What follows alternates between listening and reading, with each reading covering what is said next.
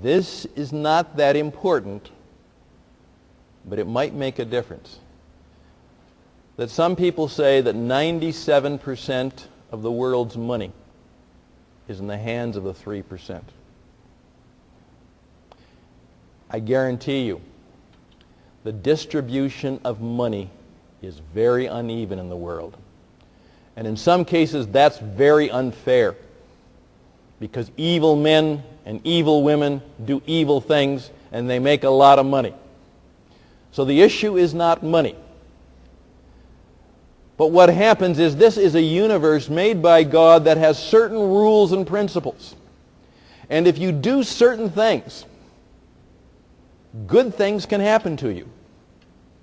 I discovered that some of the wealthiest men I know give a lot of money away. And I asked one man, "Why do you have so much money?"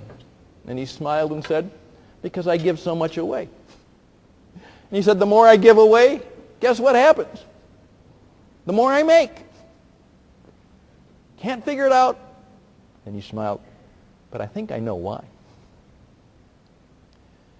Now, does that mean that if I give lots of money away, I'll get lots? No.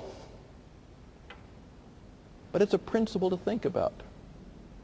The more generous you are, the more people appreciate you, the more it seems that the God of the universe seems to smile upon your generosity. Just a thought. As I used to say on the radio, just kind of let that sit on your head for a while. Now, in my case, it might slip off, but just think about it. 60% are not bad people. It's just you probably weren't taught this. No one introduced it to you.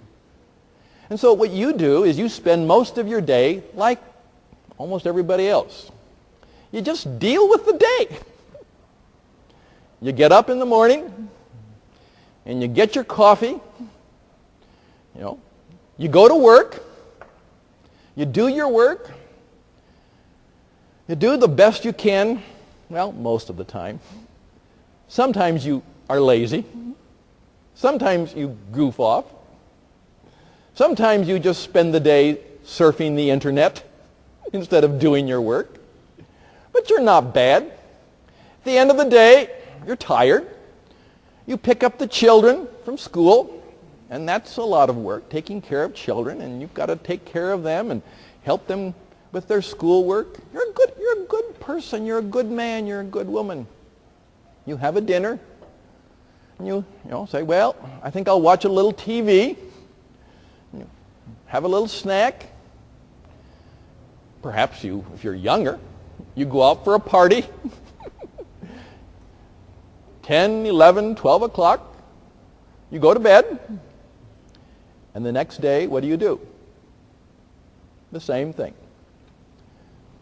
And in the morning, after coffee, you go out and you start the car, and the car won't start. Oh my goodness, what do? You just deal with the day. I know, it's true. 60% of us just simply have hopes and wants and wishes. Someday I'm going to go back to school and get my degree. I hope to get a new car. It would be nice if we could save some money and get a house. Someday. I hope to. It would be nice. Oh, God, bless me. There was a famous preacher. His name is Bill Hybels, a very successful man, who said that many times our prayers are powerless because we say, "God bless me," and God comes back to us and says, "Well, what do you want?" We don't even know what we want. Remember, it's the three who know what they want. Many times when we even cry out to fortune or our boss or to God himself, we say, "I want success." And the answer is, well, what is success? What do you want? How do you define success? What does it mean to be successful? The 3% know that, and the 60% deal with the day.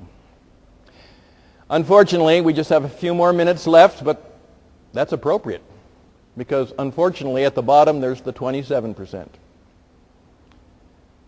And they have no hopes, no dreams, no desires, no goals.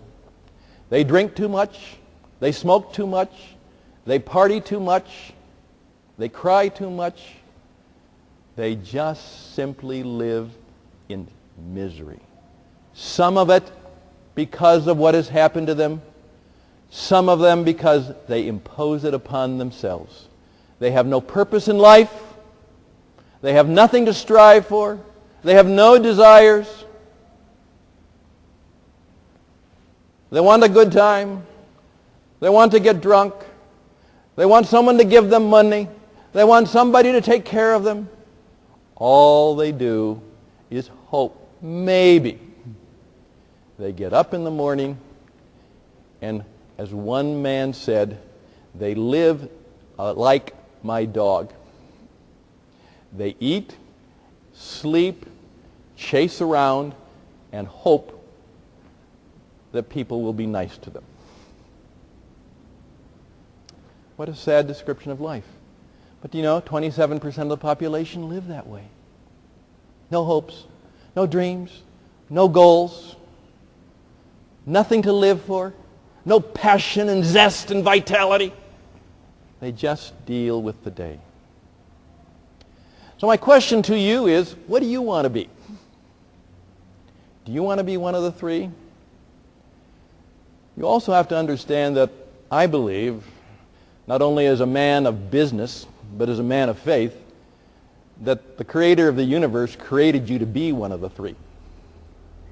He wants you to live fully and successfully and have joy and energy and passion like He did. That's what He wants for you. And He simply offers it to you. And unfortunately, most of the people say, no thanks. I'll do it my way. So my challenge to you is it time to start a different way of living? Perhaps you need a coach, a counselor. Maybe you want to listen to this tape again.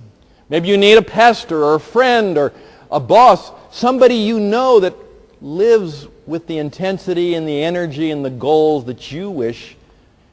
Maybe you want to find someone to help you truly become one of the 3%. Be one of the 3.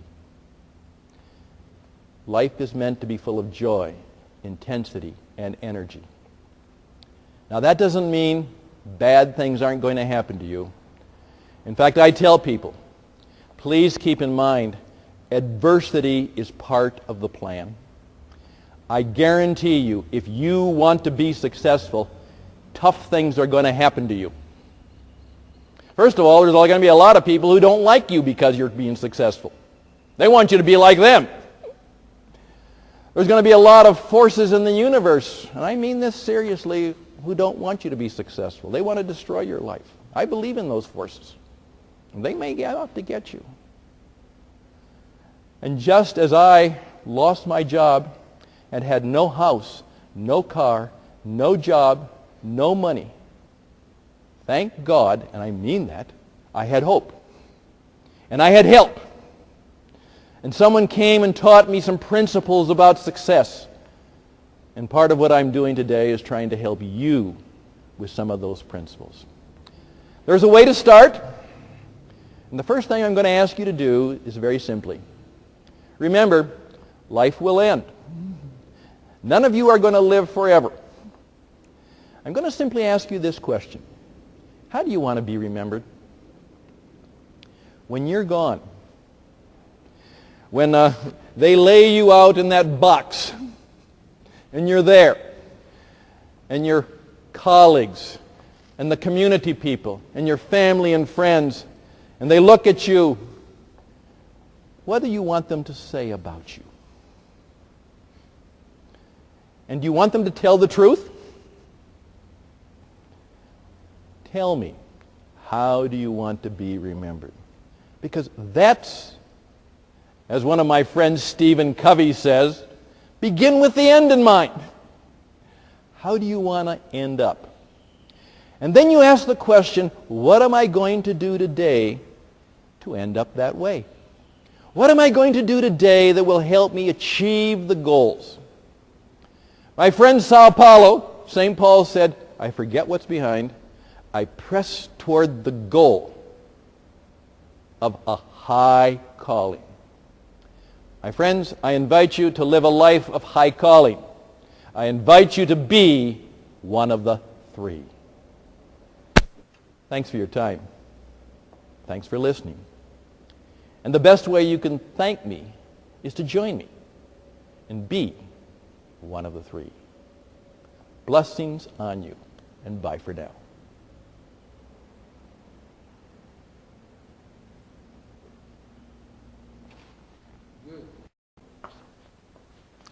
Greetings.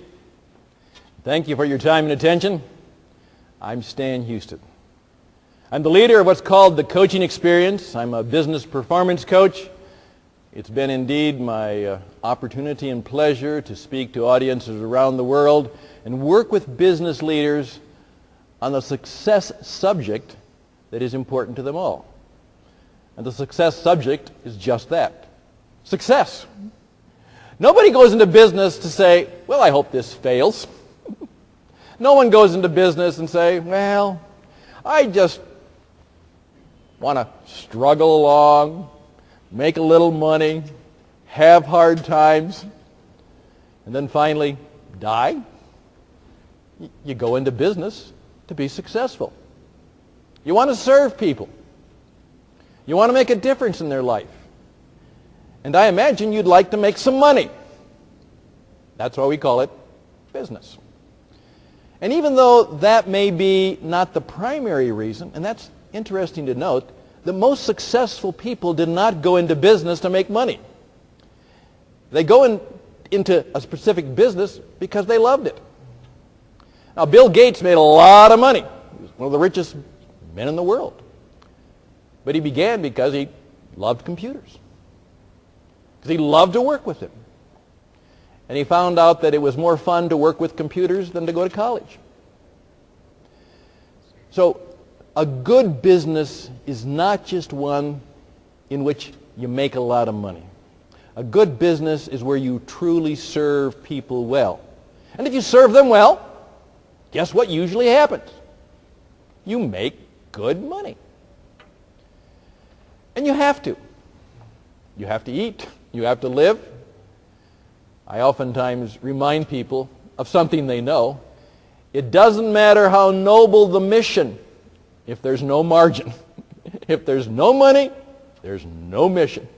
Whether you run a church or a daycare for children or a social service organization or if you run the largest petroleum company in the country. No money, no mission. Obvious. But how do we achieve success? Now, there are a variety of ways to achieve success. In fact, there are many ways to do it, and there are many principles and practices that you have to follow. And all success is based on the fact that somebody does something with power and zest and energy. They lead. Every successful enterprise, organization, mission has leadership. It has people who lead. And what I would like to introduce to you today is a formula, almost what I call a growth formula for business and leadership success that I learned many years ago based on a very, very successful enterprise and a very successful operation that helped me to understand just one idea for leadership and organizational and business success. And as my good friends who are helping me with this program will produce it, from time to time you will see some numbers across the bottom of the screen as they put this for your hope and help and hospitality and pleasure. It's called 3-12-70. The 3-12-70 formula. Now, do you see those numbers? What I'd like you to do is think about what they might mean. This leadership person had a mission. They wanted to achieve something vital. And like every good leader, they knew they could not achieve the mission by themselves. They needed help. They needed a company. They needed followers.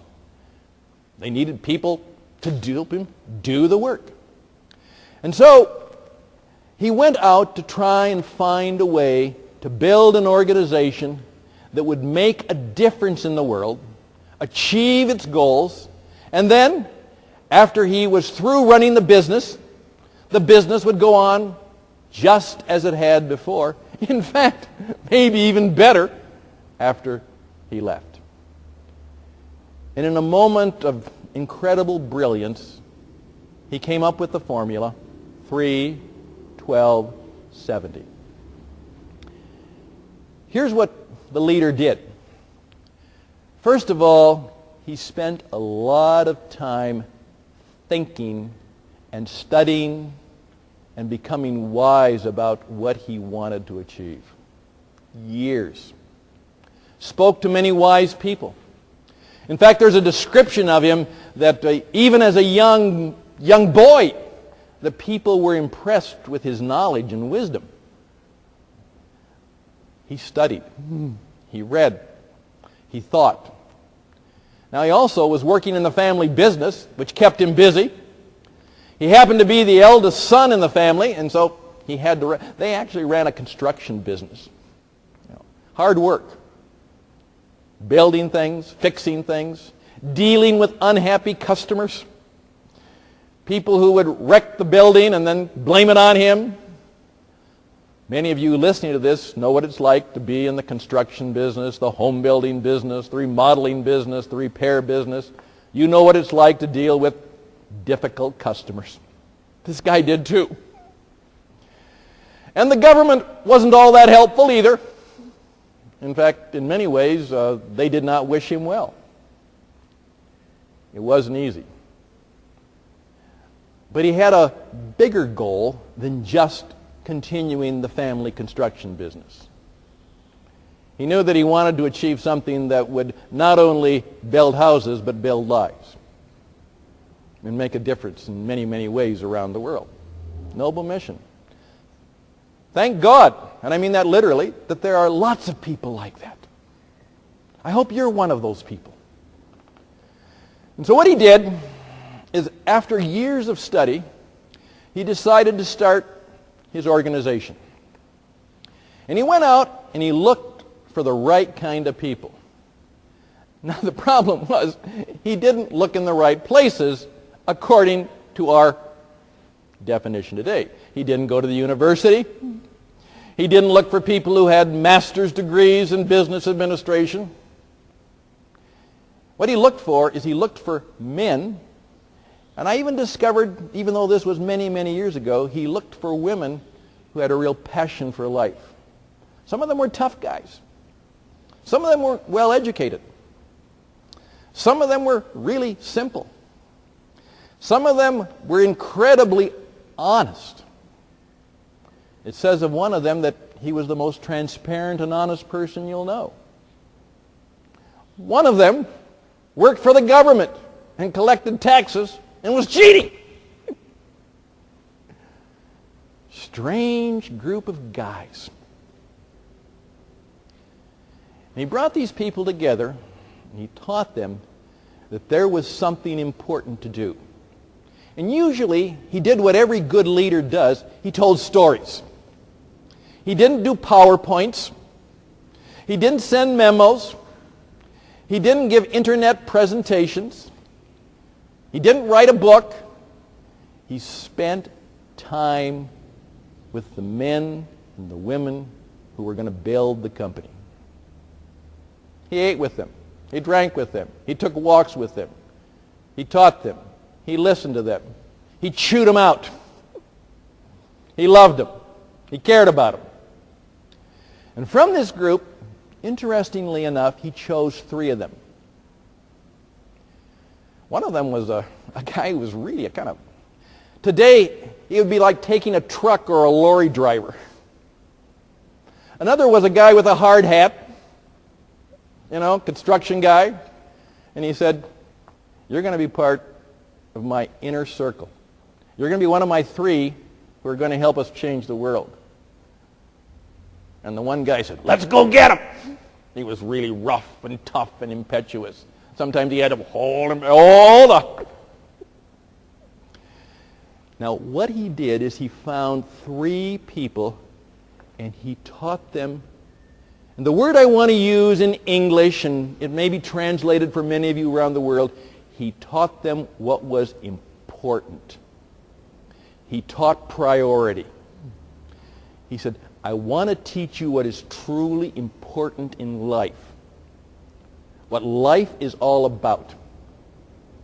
And I'm going to spend a lot of time with you.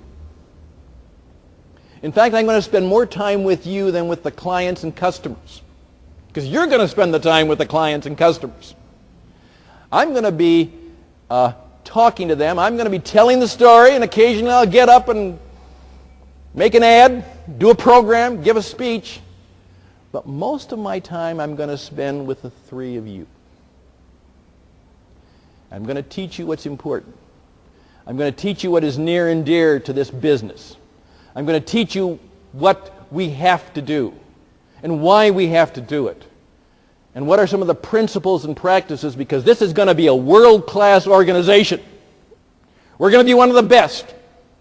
There are going to be companies that come and go and fall apart, but this one's going to last. And so we have to be very good at what we do. And so he spent time with 3 men and poured his life and experience into those 3 men. Sometimes he hit his head. Come on, guys. Did you forget what I taught you? Oh, we're sorry. Sorry, man. Sorry. We messed up. He said, yeah, you did. But you know what? Let's forget about it. We'll move on. Think about the future. Think about what we can do. And so he spent time with 3 of these men. Let me ask you a question, business leader. Are you spending time with 3 people? Who are your 3? Could you name them right now? Do you know who they might be? Are you looking for them? Mister, if you want to run a business, Mr. Chief Executive, Miss Businesswoman. And now it turns out that, at least in North America where I come from, over half of the small businesses are now being run by women. So this is not just a man's game anymore. Do you have 3 men or women in your life, in your business, that you are really trying to pour your life into? Teach them, work with them, spend time with them?